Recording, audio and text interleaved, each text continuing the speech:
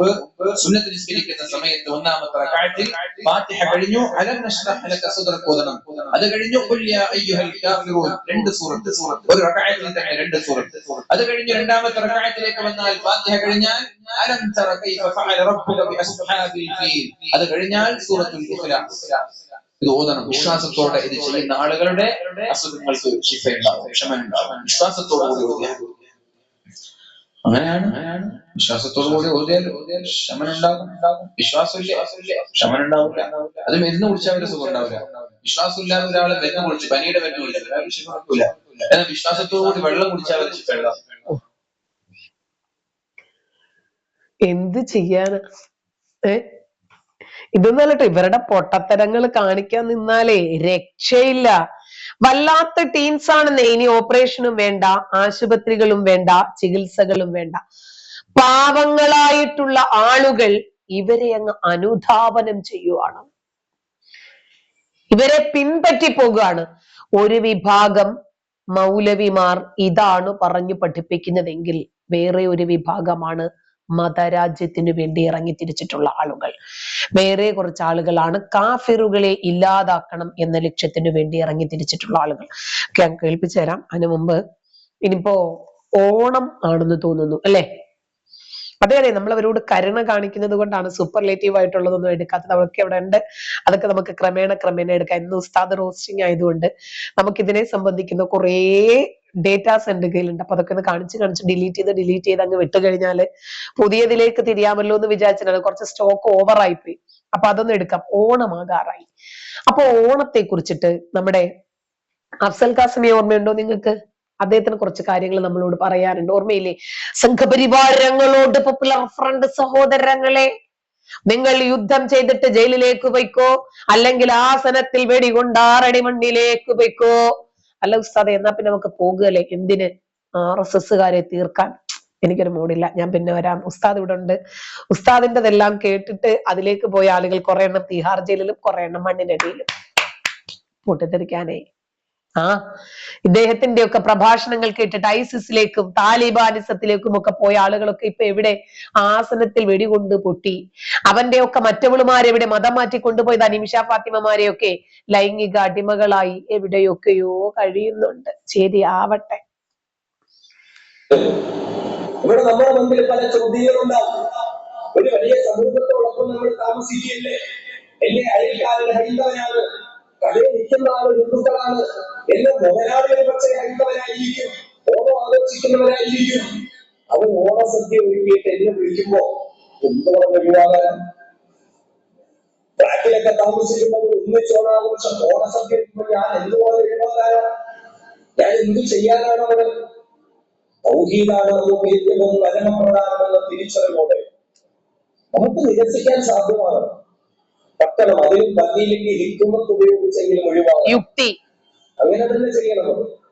നമ്മളൊന്ന് ചിന്തിച്ചു നോക്കെ, നമ്മളോടൊപ്പം സഹവസിക്കുന്ന ഈ ഹിന്ദു ക്രിസ്ത്യാനികളായ കൂട്ടുകാരുണ്ട്. അവരുടെ മതത്തിന്റെ ആചാരപ്രകാരം എന്തെങ്കിലും ഒരു കാര്യം, ഉദാഹരണത്തിന് ശബരിമലയെ പോകാൻ കഴുത്തിൽ മാലയിട്ടിരിക്കുന്ന ഒരു ഹിന്ദു, എല്ലാ ദിവസവും നമ്മൾ ഒന്നിച്ച് യാത്ര ചെയ്യുന്നവരാണ്, ഒന്നിച്ച് ഭക്ഷണം കഴിക്കുന്നവരാണ്.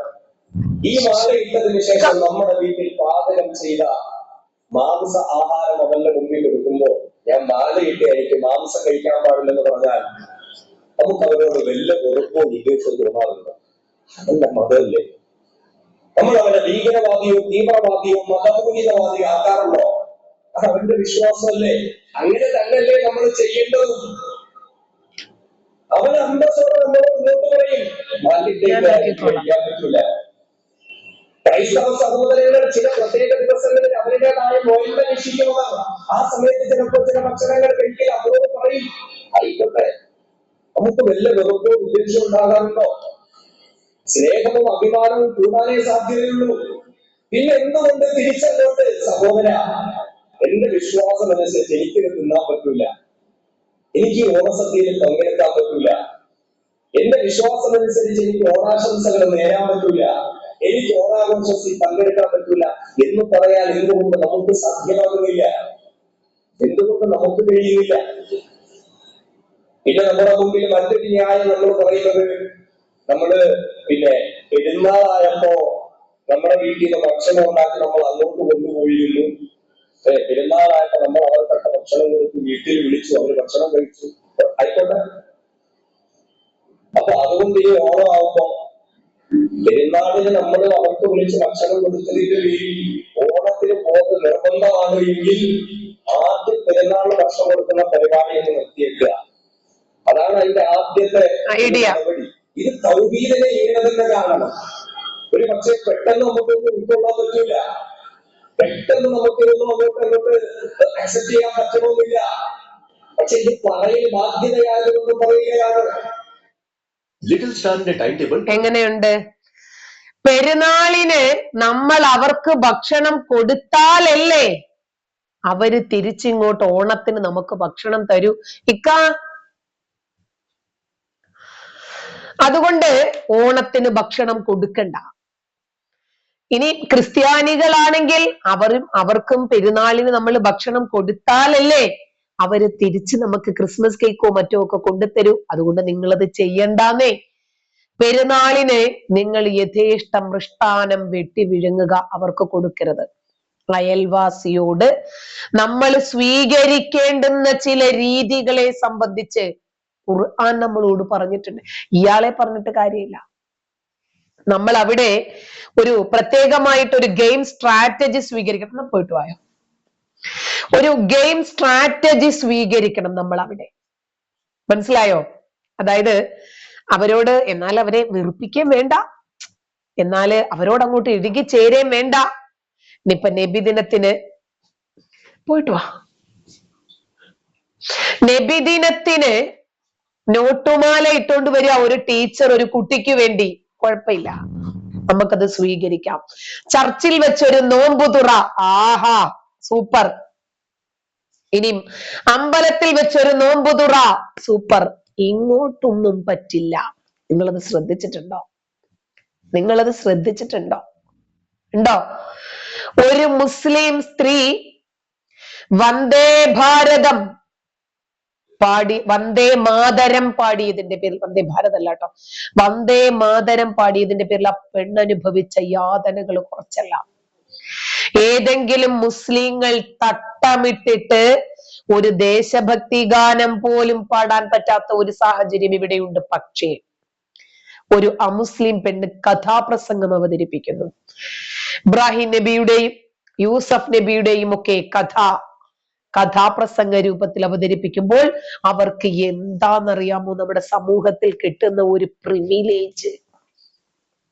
ആരായി കൊടുക്കുന്നേ? മുസ്ലിങ്ങള്.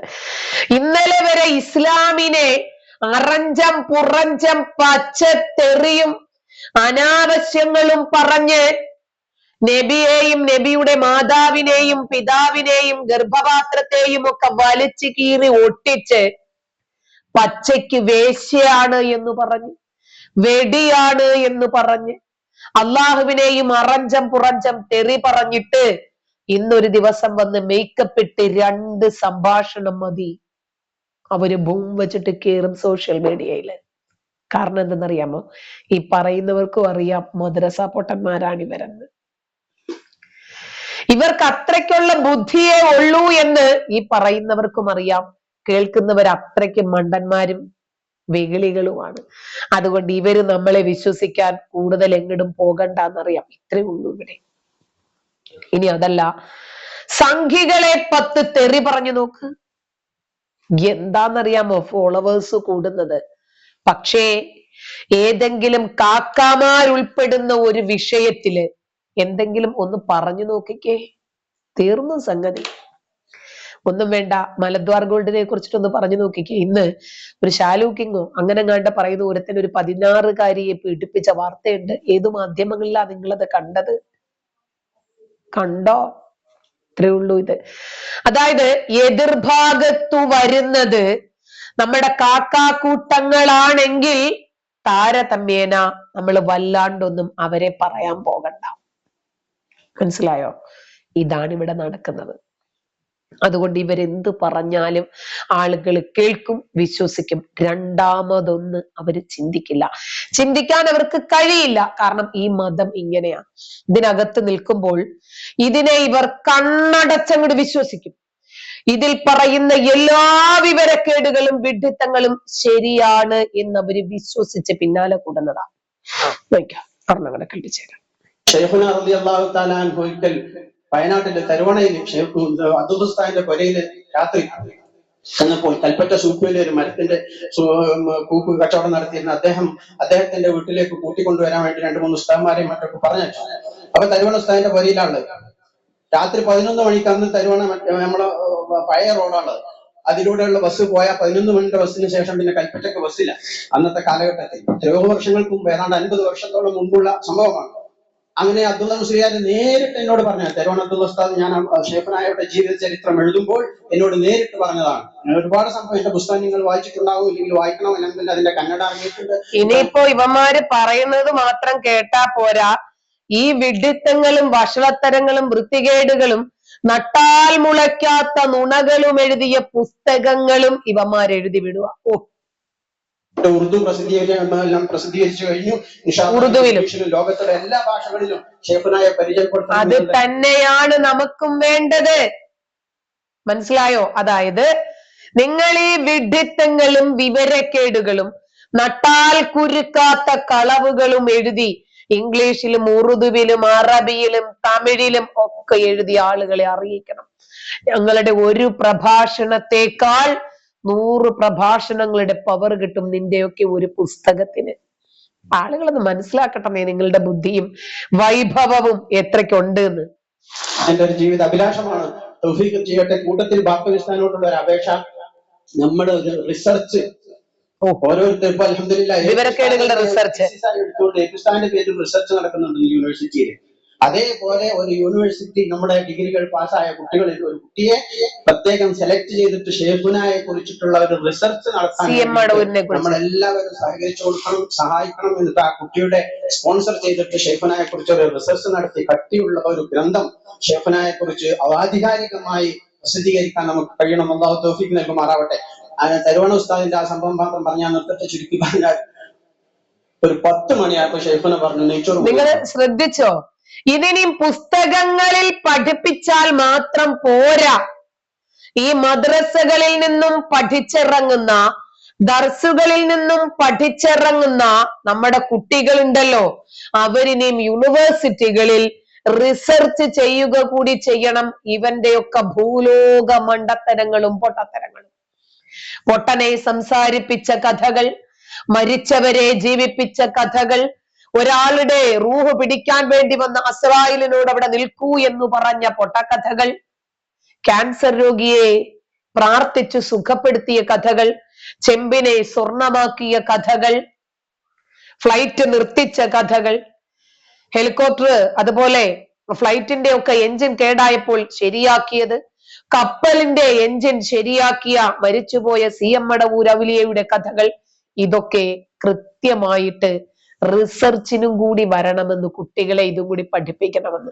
എന്നാലല്ലേ ഈ മണ്ടൻ കുട്ടികൾ ഇറങ്ങി നാളെ പൊറോട്ട കെട്ടി പബ്ലിക്കിൽ പോയി ഇതൊക്കെ പറയുമ്പോ പഠിച്ച് ഡോക്ടറായ, എഞ്ചിനീയറായ, കളക്ടറായ, അധ്യാപകരായ, പോലീസ് ഉദ്യോഗസ്ഥരായിട്ടുള്ള ആളുകൾ ഞാനിത് പഠിക്കാതിരുന്നത് എത്ര നന്നായി, എന്തുവാടേ ഇതൊക്കെ എന്നവര് പരസ്പരം പറയെങ്കിലും ചെയ്യുമല്ലോ. അതുകൊണ്ട് നിർബന്ധമായും നിങ്ങൾ ഇത് യൂണിവേഴ്സിറ്റി സിലബസുകളിൽ കൊണ്ടുവരണം. നമ്മുടെ യൂണിവേഴ്സിറ്റി സിലബസിന്റെ അവസ്ഥയൊന്ന് ആലോചിച്ച് നോക്കിക്കേ. ആദ്യം പഠിക്കുന്നത് വേടനെ കുറിച്ച്. അടിപൊളി. വേറെ ഒരു പെൺകുട്ടി ഉണ്ടല്ലോ, എന്താണ് ഇവിടെ നിക്കറിട്ടിട്ട് എന്നെ അവൻ തൊട്ടു, ഇവൻ തൊട്ടു, മറ്റവൻ തൊട്ടു എന്നൊക്കെ പറഞ്ഞിട്ട് പാട്ട് പാടുന്ന ഒരു പെൺകൊച്ചുണ്ടല്ലോ, അതിന്റെ പേരെന്താന്ന് ഞാൻ മറന്നുപോയി, ഒരു നിക്കർ ബീവി. അപ്പോ ആ പെണ്ണെന്താണ്, എന്നെ വളരെ ചെറിയ പ്രായത്തില് മറ്റവൻ തൊട്ടു, ഇവൻ തൊട്ടു, കൊച്ചച്ഛൻ തൊട്ടു എന്നൊക്കെ പറഞ്ഞിട്ട് പാട്ടൊക്കെ പാടുന്ന ഒരു കൊച്ചുണ്ട്. ആ കൊച്ചിനെ കുറിച്ചും യൂണിവേഴ്സിറ്റി സിലബസുകളിൽ പഠിപ്പിക്കണം. പിന്നെ ഗോവിന്ദച്ചാമിയെ കുറിച്ച് നിർബന്ധമായും പഠിപ്പിക്കണം. പിന്നെന്താണ്, നിമിഷപ്രിയ എങ്ങനെയാണ് 110 കഷ്ണമാക്കിയത് തലാൽ അബ്ദുൽ മഹദിയെ പഠിക്കട്ടെ കുട്ടികൾ, റിസർച്ച് ചെയ്യട്ടെ കുട്ടികൾ. CM മടവൂർ ഔലിയ എങ്ങനെയാണ് മരിച്ചു കഴിഞ്ഞിട്ട് ഇത്രയധികം സൽക്കർമ്മങ്ങളും അത്ഭുതങ്ങളും ഒക്കെ ചെയ്തത്. എത്ര മനുഷ്യന്മാരെയാ മരിച്ചിട്ട് ജീവിപ്പിച്ചത്. കക്ഷി അങ്ങ് മരിച്ചു കേട്ടോ. കക്ഷിക്ക് സ്വന്തമായിട്ട് ജീവൻ തിരിച്ചെടുക്കാനൊന്നുമുള്ള കഴിവില്ലായിരുന്നു. അതുകൊണ്ട് ഇത്തരം വിവരക്കേടുകളൊക്കെ ഇനിയിപ്പോൾ കേട്ടാലും കണ്ടാലും വായിച്ചാലും പോരാ, യൂണിവേഴ്സിറ്റികളിൽ പഠിപ്പിക്കുക കൂടി കാണിക്കണമെന്ന്. ഓക്കെ, 11 മണിക്ക് ബസ്സാണ്.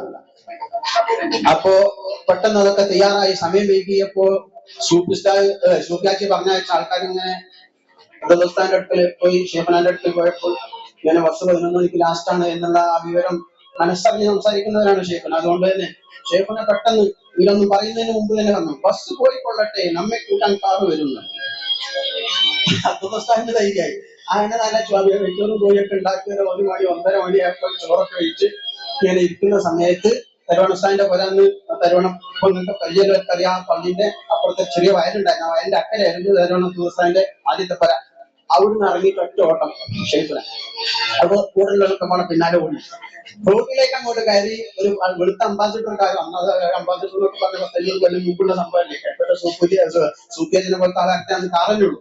ആ കാറിൽ ഞാനാണ് പാസ് ചെയ്ത് പെട്ടെന്ന് അവിടെ ബ്രേക്ക് ഔട്ട് നിർത്തി ബാക്കിലേക്ക് കാഴ്ച വന്ന് വാതിൽ തുറന്ന് ഷേഖുനാന്റെ കൈയൊക്കെ പിടിച്ച് മുക്കി എല്ലാവരും ഇങ്ങനെ നോക്കുക. ഏത് കൽപ്പറ്റ സൂഫിയാജിയാണോ ഷേഖുനാനെ കൂട്ടാൻ പറഞ്ഞു അദ്ദേഹം മാനന്തവാടിയിൽ മരത്തിന്റെ കൂപ്പ് ലേലം ചെയ്ത് അവിടുന്ന് അതിന്റെ കണക്കും കാര്യങ്ങളൊക്കെ നേരം വൈകിട്ട് 1:30 മണിക്ക് എന്താക്കാണ് അദ്ദേഹം കാറില് മടങ്ങി കൽപ്പറ്റയ്ക്ക് പോവുക. ബസ് പോയിക്കൊള്ളട്ടെ, നമ്മെ കൂട്ടാൻ കാറ് വരും. അന്ന് വല്ല മൊബൈൽ ഫോണുണ്ടോ?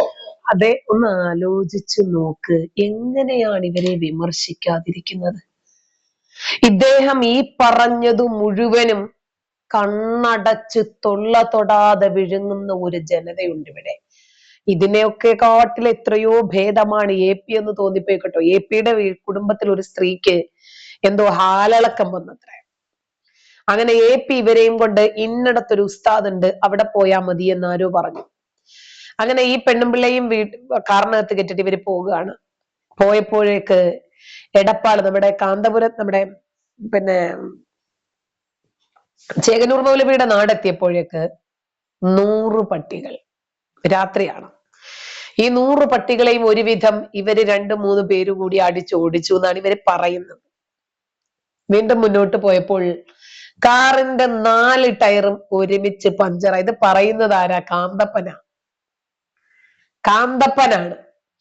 എന്നിട്ട് ശരി, ഈ 4 ടയറും ആ പാതിരാത്രി ഇവർക്ക് ശരിയാക്കാൻ പറ്റത്തില്ലല്ലോ, വേറൊരു വണ്ടി ആ സമയത്ത് വന്നു. അതായത് ഈ പെണ്ണിന്റെ ദേഹത്ത് കയറിയിരിക്കുന്ന മരിച്ചുപോയ ആരോ ആണത്രേ, അയാളാണ് ഇവരെ അങ്ങേരുടെ അടുത്തേക്ക് എത്തിക്കാതിരിക്കാൻ വേണ്ടിയിട്ട് തടസ്സപ്പെടുത്തുന്നത് എന്നാണ് ഈ പറഞ്ഞു വരുന്നത്. അങ്ങനെ ഇദ്ദേഹം അവിടെ കൊണ്ടുപോയി. എന്നിട്ട് അവിടെ എത്തിക്കഴിഞ്ഞിട്ട് അവിടെ ഒരു പിന്നെ ശ്മശാനം, ഒരാളെ അടക്കിയിരിക്കുന്ന ഖബറാണ്. അതൊരു മുറിയൊക്കെ ആക്കിയിട്ടുണ്ട്. അതിനകത്തേക്ക് ഈ പെണ്ണിനെ കയറ്റിട്ട് ഇവര് മുറി അടച്ചു പൂട്ടി ഇവര് പുറത്തിരുന്നു. ഒരു 1-2 മണിക്കൂർ കഴിഞ്ഞപ്പോഴേക്ക് ആ മുറി തുറന്ന് ഈ പെണ്ണ് പുറത്തിറങ്ങി. അവിടെ ആരും ഇല്ല കേട്ടോ. മരിച്ചുപോയ ഒരാളെ അടക്കം ചെയ്തിരിക്കുന്ന ഭൂമിയിലാണ് ഇവരൊരു റൂം കെട്ടിയിരിക്കുന്നത്. കുറച്ചു കഴിഞ്ഞപ്പോൾ ഈ പെണ്ണിന്റെ ഇവിടം മുതൽ ഇനി താഴെ വരെ ഒരു സർജറി നടന്നിട്ടുള്ള ഒരു അടയാളം. എന്താന്ന് ചോദിച്ചപ്പോ മരിച്ചുപോയ ആൾ എഴുന്നേറ്റ് വന്നിട്ട് ഈ പെണ്ണിന്റെ വയറ് കീറി പൈശാചിക അംശമൊക്കെ നീക്കം ചെയ്തിട്ട് കുത്തി കെട്ടിയും കൂടി വിട്ട്. ഒരു അനസ്തേഷ്യയും വേണ്ട, ഒരു ഡോക്ടറും വേണ്ട, ഒന്നും വേണ്ട, ശസ്ത്രക്രിയയും കഴിഞ്ഞു. എന്തുകൊണ്ടാണെന്നറിയാമോ? ഇവര് പറയുന്നതൊക്കെ ശരിയാണ് എന്ന് വിശ്വസിച്ച് പലയിടത്തും പോയി ഇതേപോലെ പാട്ടുപാടുന്ന ഒരു വിഭാഗം ആളുകൾ ഇവിടെയുണ്ട്. ഇവർക്കറിയാം ഇദ്ദേഹം ആ വേലത്ത് തറവാട്ടിലേക്ക് ഓടിച്ചെന്നു. ഒരു ദിവസം കുറഞ്ഞ സമയം കഴിഞ്ഞപ്പോ കൊടുവള്ളിയിലെ പരിസരത്തെ കുറച്ച് ആളുകൾ പിന്നാലെ വരുന്നുണ്ട്. അവേലത്ത് സാധാത്തുക്കൾ ചോദിച്ചു, എന്തേ നിങ്ങൾ ഷെയ്ഖിന്റെ പിന്നാലെ വരാനുള്ള കാരണം? ഇങ്ങോട്ട് വരുന്ന വഴിയിൽ ഞങ്ങൾ അങ്ങാടിയിലുള്ള കടയിൽ കയറിയിട്ട് വെളിച്ചെണ്ണയുടെ പാത്രങ്ങൾ എടുത്ത് ചിന്തിയിട്ടുണ്ട്. ആ പാത്രങ്ങൾ എടുത്ത് മറിച്ചു നോക്കുമ്പോ അതിൽ അരണകൾ ചത്തുകിടക്കുന്നുണ്ട്. ആ വെളിച്ചെണ്ണ എങ്ങാനും ഞങ്ങൾ വിറ്റു കാശുണ്ടാക്കിയിരുന്നെങ്കിൽ. The coefficient of linear expansion is the position of the hemoglobin in the atmosphere. But why? Full may jump up very suddenly underneath the unfathomed ocean unblossom. But why? ഞങ്ങൾക്ക് കേസ് വന്നേനെ. ഞങ്ങൾ വലിയ പ്രയാസപ്പെടുമായിരുന്നു. രക്ഷപ്പെടുത്തിയതിന് നന്ദി പറയാൻ വന്നതാണ്. സുബ്ഹാനല്ലാഹ്. ബിരിയാണി ചെമ്പിന്റെ അടിയിൽ ചത്ത് കിടക്കുന്ന നജസ് കാണുകയാണ്. ഷിയം വലിയുള്ളാഹി എടുത്തു ചിന്തിക്കളയാൻ പറയുകയാണ്. സുപ്രയിൽ കൊണ്ടുവന്ന് വെച്ച മാംസക്കറിയിൽ നിന്ന് മാംസം എടുത്തിട്ട് കുത്തി കാണിച്ചിട്ട് പറയുന്നു, കാഫർ അറുത്തത് ഉപേക്ഷിച്ചു കളയുക. മോനെ വിളിച്ചിട്ട് ചോദിച്ചു, അപ്പൊ മോനെ എവിടുന്നാ ഇന്നത്തെ മാംസം വാങ്ങിക്കൊണ്ടുവന്നത്? അങ്ങാടിയിലെ കടയിൽ നിന്നാണ്. സാധാരണ വാങ്ങുന്ന കടയിൽ നിന്ന് തന്നെയാണ് വാങ്ങിയത്. കടക്കാരനെ ചെന്ന് കണ്ട് അന്വേഷിച്ചു, എവിടുന്നാ നിങ്ങൾ ഇന്ന് ഈ മാംസം അറുപ്പിച്ചത്? ആരാണ് മുലക്ക അറുത്തത്? അദൃശ്യമറിയുള്ളത് സുന്നിപ്പള്ളിയിലെ മൊല്ലാക്കയാണ്. ഇന്ന് സുന്നിപ്പള്ളിയിലെ മൊല്ലാക്ക നാട്ടിലാണ്, ലീവിന് പോയതാണ്. അപ്പൊ മുജാഹിദ് പള്ളിയിലെ മൊല്ലാക്കനെ വിളിച്ചിട്ട് അറുത്തതാണ്. കാഫിർ അറുത്തത് ഉപേക്ഷിച്ചു കളയുക.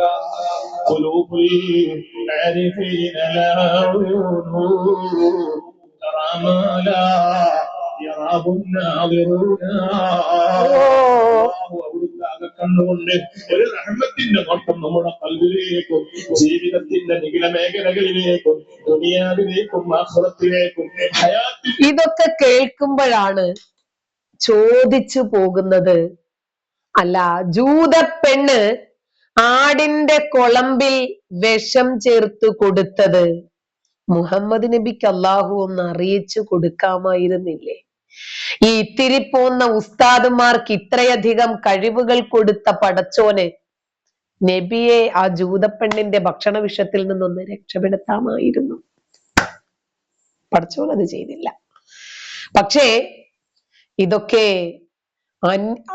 അന്യായം അല്ലേന്നാ പറയാനുണ്ടോ? കാരണം നബിയോട് പടച്ചോൻ കാണിച്ച വലിയ ഒരു അനീതിയായിട്ടാണ് കേട്ടോ എനിക്കിതിനെ തോന്നിയിട്ടുള്ളത്. കാരണം നബി അത്രമാത്രം അള്ളാഹുവിനോട് ഇഷ്ടപ്പെട്ട, അള്ളാഹുവിന്റെ പേര് മുഹമ്മദ്, മുഹമ്മദ് ഹംദ്, സ്തുതി, സ്തുതിക്കപ്പെട്ടവൻ എന്നൊക്കെ അള്ളാഹുവിന്റെ പേരോടാണ് മുഹമ്മദ് നബിയെ ചേർത്ത് പറഞ്ഞത്. എന്നിട്ടും നബിക്ക് കൊടുക്കാത്ത ആ കഴിവുകള് അള്ളാഹു ചെയ്തല്ലോ. നമുക്കും വല്ലാത്ത പ്രതിഷേധമുണ്ട്, പക്ഷെ പറഞ്ഞിട്ട് കാര്യമില്ല. നിക്ക് ജ്യൂസ് കുടിക്കരുത്. എന്തുകൊണ്ട്? പഴം യാതൊരു കാരണവശാലും വെള്ളത്തോട് യോജിക്കില്ല. ജ്യൂസ് കുടിക്കരുത്. ജ്യൂസ് ജ്യൂസ് ഞങ്ങൾ വർഗണ്ടല്ലോ, ഞങ്ങളുടെ ശത്രുക്കളല്ലേ, അവരാണ് അന്യന ജൂതന്മാർ. മനസ്സിലായില്ല? ജ്യൂസ് കൊണ്ടുവന്നതാരാ? ജ്യൂസ് ജ്യൂസ് ജ്യൂസ് കൊണ്ടുവന്നത് ജ്യൂസ് ജ്യൂസ് ജ്യൂസ് കൊണ്ടുവന്നത് ജ്യൂസ്. ജ്യൂസ് ലോകത്ത് പണ്ടുണ്ടായിരുന്നില്ല. ജ്യൂസ് കൊണ്ടുവന്നത് ജ്യൂസ്.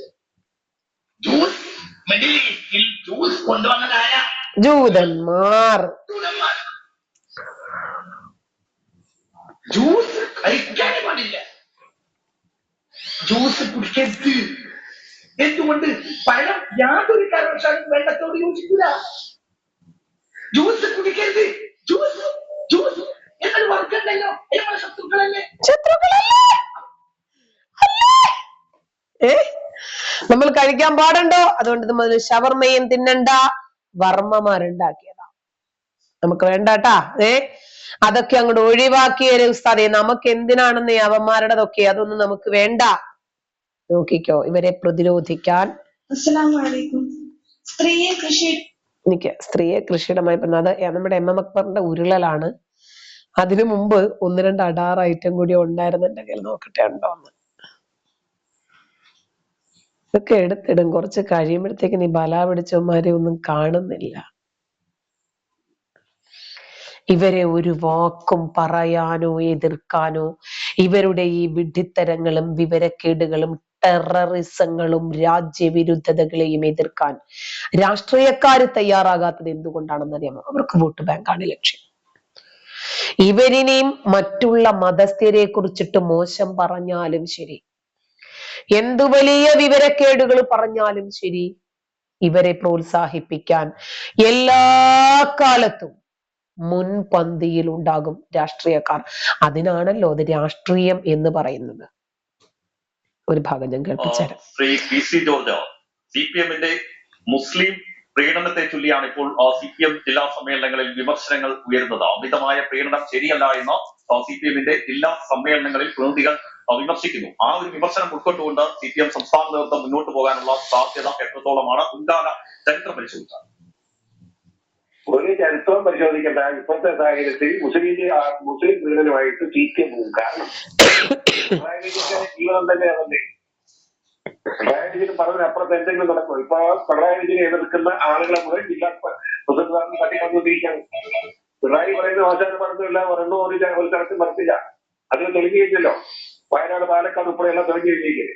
ഇപ്പൊ സംഭവിക്കാൻ വേണ്ടിയിട്ട് എന്തോ ഒരു സത്യം എന്താണെന്ന് ചോദിച്ചാൽ, മുസ്ലിം പീഡനം എന്ന് പറഞ്ഞാൽ ഇപ്പോ ഇവിടുത്തെ LDP UDP മുസ്ലിമിനോടൊപ്പം മാത്രമായിട്ട് മറ്റു മതസ്ഥരെ ആരും വേണ്ട. ഇവിടെ ഹിന്ദു ക്രിസ്ത്യാനി, ഇവിടുത്തെ വിശ്വകർമ്മ പാവങ്ങൾ വിശ്വകർമ്മയിലെങ്കിലും നോക്കട്ടെ, ആരും വേണ്ട. ഇവിടെ SC ഭാഗം അവരെയും വേണ്ട, മുസ്ലിങ്ങളെ മാത്രം മതി. അതിന്റെ കാരണം ക്രിസ്ത്യന്റെ അധികാരം എന്താണെന്ന് വെച്ചാൽ ഇവിടുത്തെ ഏറ്റവും പ്രബല സമുദായമായ ഈഴവ സമുദായം ഒരു 31% ഈഴവുണ്ട്. കേരളത്തിലെ ഏറ്റവും വലിയ സമുദായം അവരാണ്. ആ ഈഴവത്തിലെ 60% എങ്കിലും തങ്ങളോടൊപ്പമാണെന്ന് CPM ഉറപ്പിച്ചിരിക്കുക. അത് ഒഴുകിക്കൊണ്ടിരിക്കുന്നത് നമുക്കറിയാം. പക്ഷെ CPMന്റെ കണക്കാണ് ആ ഈഴവ സമുദായവും ഇവിടുത്തെ മുസ്ലിം കമ്മ്യൂണിറ്റി എംബ്ലോക്കായി കിട്ടിയാൽ അവർക്ക് വീണ്ടും അധികാരത്തിൽ വരാമല്ലോ. അവരെ കുറ്റം പറയാൻ പറ്റില്ല. നിങ്ങളുടെ കണക്കാക്കുന്നത് കാരണം എന്താ വെച്ചാൽ കഴിഞ്ഞ അപ്പോ ഇവര് കാണിക്കുന്ന ഏത് രീതിയെയും ഈ വിവരക്കേടുകളും വിഡ്ഢിത്തങ്ങളും മാത്രമല്ല, ഇതൊക്കെ പോട്ടെ, കുറച്ച് മണ്ടന്മാരായിട്ടുള്ള അണികളെ ഉണ്ടാക്കാൻ വേണ്ടിയിട്ടാണെന്ന് പറയാം. ഹിന്ദുക്കളെയും ക്രിസ്ത്യാനികളെയും ഒക്കെ കൊന്നൊടുക്കണമെന്നും മുഹമ്മദ് എന്നാരെങ്കിലും പേര് പറഞ്ഞാൽ പോലും അവരെ കൊല്ലണമെന്നും പറയുന്ന അബ്ദുള്ളമാരെ എന്ത് ചെയ്യണം? ഇവര് പിന്നെ കുറച്ച് വിഡ്ഢിത്തങ്ങളും ഇങ്ങനെ കുറച്ച് അമാനുഷികതകളും അത്ഭുത സിദ്ധികളും ഒക്കെ അവനുണ്ട് ഇവനുണ്ട് മറ്റവനുണ്ടെന്നൊക്കെ പറഞ്ഞിട്ട് ആരെയും ദ്രോഹിക്കാതെ കുറച്ച് മണ്ടന്മാരായിട്ടുള്ള ആളുകളെ കുറച്ചുകൂടി പൊട്ടന്മാരാക്കിക്കൊണ്ട് മുന്നോട്ട് പോകുകയാണെന്ന് വിചാരിക്കാം. തെരഞ്ഞെടുപ്പ് നമ്മുടെ വയനാട് തെരഞ്ഞെടുപ്പ് നിലവാണ്.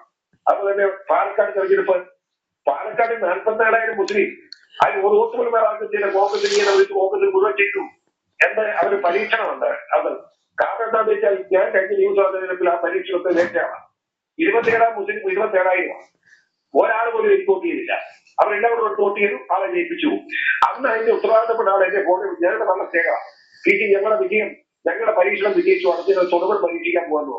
പക്ഷെ തൊടുപുഴ പരീക്ഷിക്കുന്നതിന് മുമ്പ് പാലക്കാട് അവസരം കിട്ടി. അവർ പാലക്കാട് പരീക്ഷിച്ചത് പോയി, അവരെ വിജയിച്ചു. അവരെ കോൺഗ്രസ് ജയിച്ചു. അത് ഭയങ്കര ഭൂരിപക്ഷത്തിന്. അതായത് വല്ല ബന്ധമുണ്ടോ അവിടെ? രാഹുൽ മാങ്കൂട്ടവും പാലക്കാടും എന്ത് ബന്ധം? ആ നാട്ടുകാർ പോലുമല്ല. പക്ഷെ അയാളെ ജയിപ്പിച്ചു. അതാണ് മുസ്ലിം ഭൂരിപക്ഷത്തിന്റെ പ്രത്യേകത. അപ്പോ ഇവിടുത്തെ CPM-നെ സംബന്ധിച്ചിടത്തോളം ഈഴവന്റെ വോട്ടും ഈഴവന്റെ ഭൂരിപക്ഷത്തിന്റെ വോട്ടും അതുപോലെ തന്നെ നമ്മുടെ മുസ്ലിം വോട്ടിന്റെ അധികാരത്തിൽ വരാനുള്ള കണക്കൂട്ടലാണ്. പക്ഷെ ആ കണക്കൂട്ടൽ തെറ്റപ്പോ എന്താണെന്ന് ചോദിച്ചാൽ CPM-ന്റെ ആത്മാർത്ഥമുള്ള CPM-ന്റെ പ്രവർത്തകർ മുഴുവൻ CPM വിട്ടുകൊണ്ടിരിക്കുക. ഈ പിണറായി സെക്രട്ടറി പോയിട്ട് കാര്യമില്ല. ഇത് ഇടതുപക്ഷമല്ല, ഇത് കമ്മ്യൂണിസ്റ്റമല്ല എന്ന് പോച്ചുമുള്ളതുകൊണ്ട് CPM-ന് എത്രയോ തമിഴ്നാരായ ആളുകൾ ഉൾപ്പെടെ മാറി നിൽക്കുക. അവിടെ ഒരു കമ്മ്യൂണിസ്റ്റ് ഉദാഹരണമല്ലേ ഞാൻ പറഞ്ഞു, നമ്മുടെ സുധാകരൻ മന്ത്രി അങ്ങനെ നല്ലൊരു കമ്മ്യൂണിസ്റ്റുകാരന് അങ്ങനെ ഇപ്പൊ അവിടെ പോയി, ബാക്കി പോലും ഇല്ല. സ്വന്തം രാജ്യങ്ങളുടെ ശമ്പളത്തെ എങ്ങനെ വിളിക്കുന്നില്ല. ഐസക്കിനെ എവിടെ പോയി? ഐസക്കൻ എന്നെ വേദി നിന്നിട്ടില്ലാണല്ലോ. അതായത് എല്ലാം പോയി കിടക്കുന്നില്ല. അതായത് യഥാർത്ഥ കമ്മ്യൂണിസ്റ്റ് നമ്മൾ ടീച്ചറെ പാർലമെന്റിൽ നോക്കിയില്ലേ? രാധാകൃഷ്ണൻ ഇവിടെ നിന്നാൽ ഒരു നല്ല നേതാവാണ്, കൊള്ളക്കാരില്ലാത്ത നേതാവാണെന്ന് കണ്ടപ്പോ അയാളെ ഇവിടുന്ന് മന്ത്രിസ്ഥാനത്ത് രാജിവെപ്പിച്ചിട്ട് അയാളെ പാർലമെന്റിലേക്ക് എത്തി. ഇതുകൊണ്ട് വിചാരിക്കുന്ന ഡൽഹിയിലെന്ന് നോക്കും. ഈ രീതിയിലുള്ള കളിയാണ് CPM നടക്കുന്നത്. ഇത് സത്യസന്ധമായി മനസ്സിലാക്കിയിട്ടുള്ള CPM-ന്റെ പ്രവർത്തകർ പകലയോടെ BJP-യിലേക്ക് വരുന്നതാണ് ഞങ്ങളെ സംബന്ധിച്ചിടത്തോളം സന്തോഷം. ഞാൻ ഈ മെക്സവന്റെ കാര്യത്തിൽ ഉൾപ്പെടെ CPM സ്വീകരിച്ച ഇരട്ടത്താപ്പ് ഒരു സമയത്ത് CPM തന്നെയാണ് പറഞ്ഞത് മെക്സവന്റെ കാര്യത്തിൽ അത്തരത്തിലൊരു ധ്രുവീകരണം. പക്ഷേ അത് പിന്നീട് വിഴുങ്ങേണ്ടി വന്ന സാഹചര്യം അതും ഈ ഘട്ടത്തിൽ പരിശോധിക്കേണ്ടതില്ല. സത്യം പരിശോധിക്കാൻ പറ്റുമോ? വളരെ സത്യസന്ധമായ കാര്യങ്ങൾ പറയാൻ നേതാക്കന്മാരും CPM ഇനി അവശേഷിക്കുന്നത് എന്നുള്ളത് അത്ഭുതമാണ്. പക്ഷെ അവർക്കൊന്നും നിലനിൽപ്പുണ്ടാവില്ല. അതാണ് പ്രശ്നം.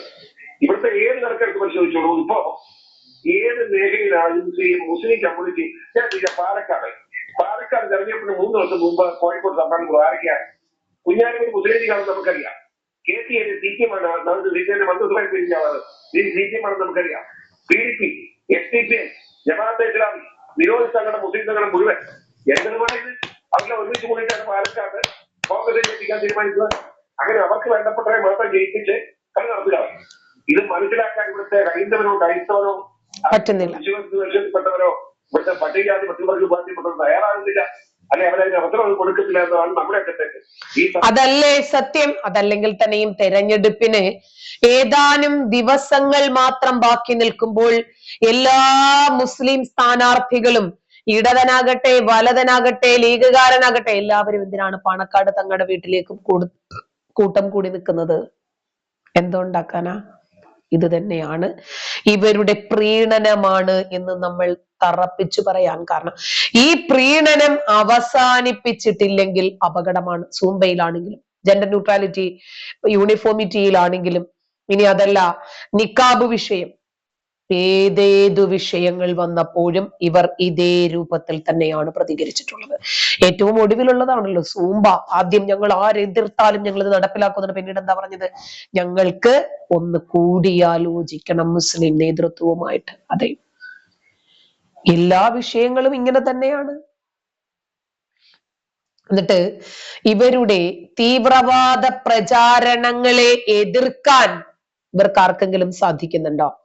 ഇല്ല. ഒരു ചാനലിൽ വന്നിരുന്നിട്ടാണ് ഒ അബ്ദുള്ള കെന്നഡിയോട് പറയുന്നത് അദ്ദേഹം മുഹമ്മദ് എന്ന് പേര് പറഞ്ഞു പോയതിന്റെ പേരിൽ കെന്നഡിയെ ആ സ്പോട്ടിൽ കൊല്ലണമെന്ന്. ഒരു പ്രമുഖ ചാനലിൽ വന്നിരുന്ന് കെന്നഡി കൊല്ലപ്പെടാൻ കാരണം എന്താണ്? കെന്നഡി എന്ന് എത്ര തവണ പാകിസ്ഥാനികൾക്ക് പറഞ്ഞിട്ടും ആ പേര് അവരുടെ മനസ്സിൽ, അവരുടെ നാവിൽ വരുന്നില്ല. അപ്പോൾ കെന്നഡി പറഞ്ഞു, ശരി എന്നാ നിങ്ങൾ എന്നെ മുഹമ്മദ് എന്ന് വിളിച്ചോ. അപ്പോൾ ചാനലിൽ ഇരുന്നിട്ട് അബ്ദുള്ള പറയാണ് അവനെ അപ്പൊ തന്നെ